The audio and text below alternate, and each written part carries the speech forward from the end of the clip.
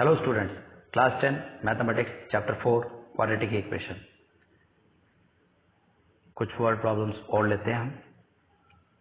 तो फर्स्ट है, in a class test the sum of Shefali's marks in mathematics and English is 30.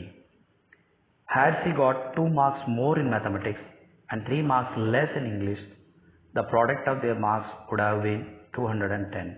Find her marks in 2 subjects. एक class test में सम of Shefali's marks, सम मतलब plus, maths और English के marks दोनों को ऐड करता हूं तो मुझे 30 मिलते हैं। यानी कि दोनों मार्क्स दोनों ही पता नहीं है मुझे। ठीक है, अगर ये 10 मार्क्स स्कोर किए हैं मान लीजिए मैथ्स में, तो 20 होंगे इंग्लिश में। अगर 12 इसमें है तो इसमें 18 होंगे। तो यानी कि जो भी यहाँ लिया है मैंने उसमें ये ऐड करूंगा तो 30 मिलेगा। या फिर यूं कहूं, जो भी मार्क्स मैं मैथ्स पे लूंगा उसको मैं 30 से घटा दूंगा तो मुझे इंग्लिश के मार्क्स मिल जाएंगे। यानी कि अगर मैं 10 मैथ्स में लिया है तो 30 में से 10 माइनस कर दिया तो मुझे इंग्लिश के मार्क्स मिल गए 20। तो 20 प्लस 10 30 हो गए। तो दोनों ही मार्क्स मुझे पता नहीं है। तो अगर मैं मैथ्स को x ले लेता हूं तो 30 माइनस x हो जाएंगे इंग्लिश के। तो let the marks in mathematics भी x एंड इंग्लिश भी 30 माइनस x। तो ये तो हो गया दोनों के मार्क्स। अब देखिए, had she got 2 marks more in mathematics, तो जितने भी आए हैं उससे अगर 2 मार्क्स ज्यादा, यानी कि x आए थे 2 मार्क्स ज्यादा, यानी कि +2 कर दो। And 3 marks less in English, English में आए थे 30 माइनस x, इसमें से कितने माइनस कर दो, 3 और माइनस कर दो। और ये जो मार्क्स आए हैं ऐड करने से और सब्ट्रैक्ट करने से इन दोनों का प्रोडक्ट कितना होगा, 210 होगा। यानी कि इसको और इसको मैं मल्टीप्लाई कर दूंगा तो मुझे कितना मिलेगा, 210। सो दिस इज माई इक्वेशन। ये होगा 210। तो क्या x प्लस 2 और 30 minus x minus 3 is equal to 210। x plus 2 तो ऐसे कैसे आ जाएगा, 30 में से 3 माइनस कर सकता हूं मैं तो 27 आ जाएगा, माइनस x ऐसे कैसे आ जाएगा 210। अब इसकी ब्रैकेट खोल के मैं मल्टीप्लाई कर लेता हूं। पहले फर्स्ट ब्रैकेट के अंदर x से मैं 27 को और माइनस x से मल्टीप्लाई कर लेता हूं। x into minus x is minus x square, और x को मैं 27 से मल्टीप्लाई करता हूं तो 27x आ जाएगा। फिर इस 2 से 27 को मल्टीप्लाई करता हूं तो 54 आ जाएगा, और 2 से माइनस एक्स को मल्टीप्लाई करता हूं तो माइनस 2x आ जाएगा, और इस 210 को इधर ले आता हूं तो नेगेटिव में हो जाएगा। तो इस तरीके से ये सिंप्लीफाइड फॉर्म में मुझे मिल गया। तो मैं एक बार और बताता हूं, x को माइनस एक्स से तो माइनस एक्स स्क्वायर, x को 27 से प्लस 27x, 2 को 27 से 54, 2 को माइनस एक्स से माइनस 2x, और इस 210 को इधर ले आया माइनस 210। इस तरीके से ये सिंप्लीफाई हो गया। अब इसमें लाइक टर्म्स को आप ऐड कर दीजिए। ये 2 लाइक टर्म्स है, ये 2 लाइक टर्म्स है, और ये सिंगल टर्म है। तो ये तो ऐसे कैसे आ जाएगा। तो इसको करने के बाद हमें मिलेगा minus x square plus 25x minus 156। अब चूंकि एक्स स्क्वायर के आगे माइनस है, ये हम कभी नहीं चाहते कि कभी भी क्वाड्रेटिक इक्वेशन में एक्स स्क्वायर के आगे नेगेटिव आए। तो इसको हटाने के लिए हम क्या करते हैं, पूरे इक्वेशन को हम -1 से मल्टीप्लाई कर सकते हैं। तो इसको -1 से मल्टीप्लाई करूंगा तो -1 into x square plus x square हो जाएगा, -1 इंटू 25x माइनस 25x हो जाएगा, -1 इंटू माइनस 156 प्लस का 156 हो जाएगा। इस तरीके से सारे टर्म्स के साइन चेंज हो गए। अब हमारा काम इजी हो गया। अब -25x को हमें स्प्लिट करना है। उसके लिए a की वैल्यू 1 है, c की वैल्यू 156 है। तो 156 आ गया, वो भी पॉजिटिव, यानी कि 2 फैक्टर्स आएंगे, दोनों प्लस के होंगे या माइनस के होंगे। तो यहां मैंने इसको स्प्लिट किया तो 13 और 12 मेरे लिए सूटेबल है, लेकिन या तो दोनों ही पॉजिटिव होंगे या दोनों ही नेगेटिव होंगे, क्योंकि यहाँ प्लस है। अब प्लस लगाऊं या माइनस लगाऊं, इसके लिए मेरे पास है बी के आगे साइन, बी के आगे साइन कहता है कि दोनों को आगे माइनस लगाओ, तो हमने माइनस लगा दिया। बी के आगे प्लस होता तो मैं दोनों को आगे प्लस लगा देता। तो इस तरीके से -13 और -12 मेरा स्प्लिट करने से आ गया। अब ग्रुपिंग कर लेते हैं इसकी। तो हमने इन दोनों का ग्रुप किया, x बाहर निकाल लिया, x -13 हो गया। इन दोनों में ग्रुप किया, -12 कॉमन निकाल लिया, x -13 आ गया अंदर। ये हमेशा ध्यान में रखना है, -12x + 156, ये सेकेंड जो ग्रुप लिया है मैंने, इसमें से -12 बाहर निकाला। ठीक है, जैसे -12 निकालता हूं तो अंदर का जो साइन है हर टर्म का वो चेंज हो जाएगा। ये माइनस का है -12x, तो -12 बाहर निकल गया तो x साइन प्लस का हो जाएगा। ये प्लस का है माइनस हो जाएगा। इसको 12 से डिवाइड करूंगा तो 13 आएगा। तो ये आ गया मेरे पास ये टर्म। तो इस तरीके से आपको निकालना, याद रखना है आपको। तो अब मेरे पास इन दोनों टर्म में से x -13 कॉमन है, तो ये बाहर आ गया। यहाँ बचा x -12, ये आ गया x -12। इस तरीके से दो फैक्टर्स आ गए मेरे पास x के। तो x के दो फैक्टर्स हैं, एक है 13 और एक है 12। दोनों ही पॉजिटिव है, कोई दिक्कत नहीं है। तो हम दोनों ही पॉसिबिलिटीज से आंसर बता देंगे। अगर मैथ्स में 13 स्कोर करती है वो बच्ची, तो इंग्लिश में होगी 30 - 13 यानी कि 17 होंगे। अगर वो बच्ची 12 स्कोर करती है मैथ्स में, तो उसके इंग्लिश के मार्क्स होंगे 30 - 12 यानी कि 18 मार्क्स। तो दो पॉसिबल आंसर हैं इस क्वेश्चन के, तो आपको ध्यान रखना है। कई क्वेश्चन हमें दो तरह के आंसर आते हैं, तो दोनों ही बताने पड़ेंगे आपको। Next question, the diagonal of a rectangular field is 60 metre more than the shorter side. If the longer side is 30 metre more than the shorter side, find the sides of the field. Rectangular field है, तो ये आपकी rectangular field है। इसमें ये shorter side है, ये longer side है, ये डायगोनल है। तो इस तरीके से आपको यहाँ पे ध्यान रखना है। अब क्या बोला है पहले, diagonal of rectangular field 60 more than it shorter side. अभी दो चीज का कंपैरिजन है, शॉर्टर साइड और डायगोनल का। ठीक है, तो डायगोनल शॉर्टर साइड से 60 मीटर ज्यादा है। ठीक है, यानी कि अगर शॉर्टर साइड को मैं x ले लेता हूं, तो डायगोनल कितना हो जाएगा, उसमें 60 ऐड करना पड़ेगा, यानी कि डायगोनल हो जाएगा x + 60। ठीक है, ये शॉर्टर साइड x है। अच्छा, नेक्स्ट हम देखते हैं, if the longer side is 30 metre more than the shorter side. Longer side shorter side से कितना ज्यादा है, 30 मीटर ज्यादा है, यानी कि x + 30 हो जाएगा। तो हमारे पास तीनों साइड आ गए, क्योंकि रेक्टेंगल के अपोजिट साइड बराबर होते हैं, तो हमें तो दो ही साइड चाहिए। तो दो साइड तो हमारे पास x और x + 30 आ गई। अब डायगोनल चाहिए था, तो डायगोनल आ गया x + 60।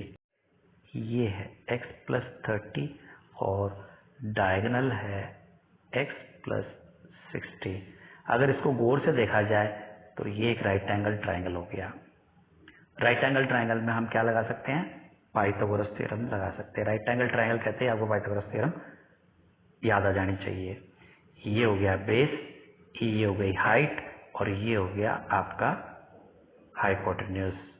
तो hypotenuse square is equal to base square plus perpendicular square. तो इस तरीके से ये पाइथागोरस थ्योरम हमने लगा दिया। और अब हम ये भी जानते हैं, variable plus any number when it is inside a square you have to go for identity।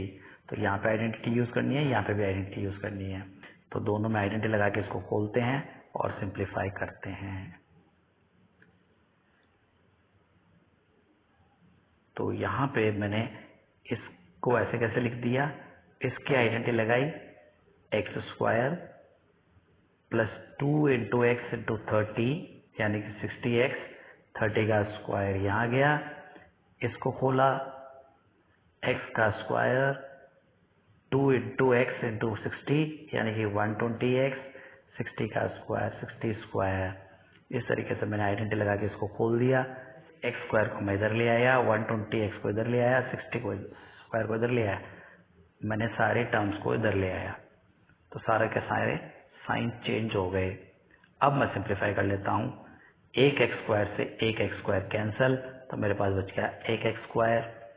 60x minus 120x that is nothing but minus 60x। अच्छा, 30 square is nothing but 900, 60 square is nothing but 3600। Minus sign है तो minus sign के साथ लिख लूंगा। अब ये मेरे पास सिंप्लीफाई होके आ गया। अब लाइक टर्म्स को ऐड कर लेते हैं। एक्स स्क्वायर सिंगल टर्म है, लिख दिया ऐसे कैसे, माइनस 60 सिंगल टर्म है, ऐसे कैसे लिख दिया। 900 और माइनस 3600 को मैं ऐड किया तो मेरे पास आ गया माइनस 2700। तो मेरा क्वाड्रेटिक इक्वेशन तैयार है। तो इस क्वाड्रेटिक इक्वेशन का मैं स्प्लिटिंग द मिडिल टर्म करूंगा, तो मेरे पास a की वैल्यू है 1 और c की वैल्यू है माइनस 2700। तो मेरे पास दोनों को मल्टीप्लाई करने से आ जाता है माइनस 2700 और इसके फैक्टर्स मेरे लिए सूटेबल है 90 इंटू 30। अब b के आगे माइनस है तो बड़ी संख्या के आगे माइनस, छोटी संख्या के आगे प्लस, क्योंकि a इंटू सी नेगेटिव है। अब ग्रुपिंग करके कॉमन निकाल लेते हैं।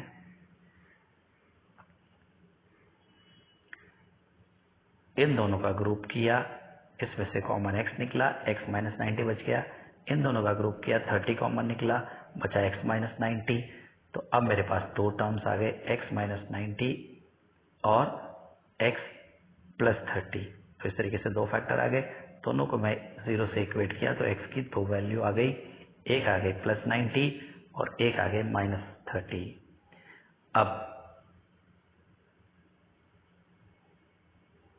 माइनस 30 हो नहीं सकता साइड किसी भी रेक्टेंगल का, इसीलिए इसको हमने डिस्कार्ड कर दिया। तो मेरे पास आ गया x की वैल्यू 90, यानी कि शॉर्टर साइड की लंबाई आ गई 90 मीटर। अगर ये 90 है तो डायगोनल होगा इसमें 60 ऐड करने से 150 और लॉन्गर साइड होगा इसमें 30 ऐड करने से 120। तो इस तरीके से मेरे पास रेक्टेंगल के तीन साइड्स आ गए। ये शॉर्टर आ गया 90, ये आ गया 120 और ये आ गया 150 diagonal. Next question is the difference of squares of two numbers is 180। The square of the smaller number is 8 times the larger number. Find the two numbers. Difference of squares of two numbers is 180। दो number है, difference यानी कि minus करना है। किसको minus करना है? Square को। इसका भी स्क्वायर करूंगा, इसका भी स्क्वायर करूंगा, फिर माइनस करूंगा, तो मेरा आंसर आएगा 180। ये दोनों ही मुझे पता नहीं है। लार्जर को मैं x ले लेता हूं, स्मॉलर को y ले लेता हूं, तो x square minus y square equal to 180 हो गया। डिफरेंस बोला है तो माइनस आएगा, तो ये हो गया first condition, x square minus y square is equal to 180। So this is my first condition. The square of the smaller number, तो स्मॉलर हमारा नंबर क्या है? y। The square of the smaller number इस कहते हैं हम equal to लगा देंगे 8 टाइम्स, टाइम्स बोलते हैं हम मल्टीप्लाई करेंगे, 8 times the larger number. Larger number हमारा है x, तो y square equal to 8x। This is the second relation. अब y स्क्वायर किसके बराबर है? 8x के बराबर है, यानी कि फर्स्ट इक्वेशन में y स्क्वायर की जगह मैं क्या रख सकता हूँ? 8x रख सकता हूँ। तो दिस इज x स्क्वायर, इसकी जगह मैं क्या लिख सकता हूँ? 8x। So this is 8x is equal to 180। तो इस तरीके से मेरे पास क्वाड्रेटिक इक्वेशन आ गया। अब हम स्प्लिटिंग द मिडिल टर्म से कर लेते हैं, तो हमारे पास x के वैल्यू आ जाएगी। x के आगे तो हम y की निकाल लेंगे। Now we have x square minus 8x minus 180 is equal to 0। तो मेरे पास a की वैल्यू 1 है, c की वैल्यू माइनस 180 है, तो मल्टीप्लाई करूंगा तो माइनस 180 आएगा। इसके फैक्टर्स निकालने हैं मुझे, मेरे लिए सूटेबल है 18 और 10। अब क्योंकि ये नेगेटिव है और ये भी नेगेटिव है, तो ये नेगेटिव तब होगा, दोनों में से एक नेगेटिव होगा तब। अब नेगेटिव किसके आगे लगाएं, डिसाइड करने में मदद करेगा बी कह रहा है बड़ी संख्या के आगे माइनस लगाओ, छोटी संख्या के आगे प्लस लगाओ। तो इस तरीके से हमने इसको स्प्लिट कर लिया। तो अब हम ग्रुपिंग करके फैक्टर्स निकाल लेंगे। पहले दो में से कॉमन निकल जाएगा x, तो x माइनस 18 अंदर रह जाएगा। सेकंड दो में से 10 निकल जाएगा, तो अंदर बच जाएगा x माइनस 8। x माइनस 8 दोनों में कॉमन है, ये बाहर निकल गया और अंदर बच गया x प्लस 10। इस तरीके से हमारे पास दो फैक्टर आ गए। अब दोनों को इक्वेट करेंगे 0 के। x minus 18 equal to 0, x plus 10 equal to 0, दोनों को इक्वेट किया तो x की वैल्यू 18, x की वैल्यू नेगेटिव 10 आ गया। क्योंकि नेगेटिव हो नहीं सकता तो इसको हम डिस्कार्ड कर देंगे। तो अब हमारे पास पॉजिटिव वैल्यू आ गई प्लस 18, x की वैल्यू हम लेंगे 18। तो यानी कि लार्जर नंबर हमारा है 18 और स्मॉलर नंबर है y square equal to 8x, यानी कि y निकालना है, मल्टीप्लाई करके हमने निकाल लिया। y की वैल्यू प्लस और माइनस 12 दोनों हो सकते हैं। इसका मतलब लार्जर नंबर अगर 18 है तो स्मॉलर नंबर एक तो हो सकता है 12, एक हो सकता है -12। इस तरीके से दो पॉसिबल आंसर आ गया। ध्यान रहे इसको डिस्कार्ड करने के बाद हमारे पास दो आंसर आए हैं। Okay, we shall meet in a new video with a new topic.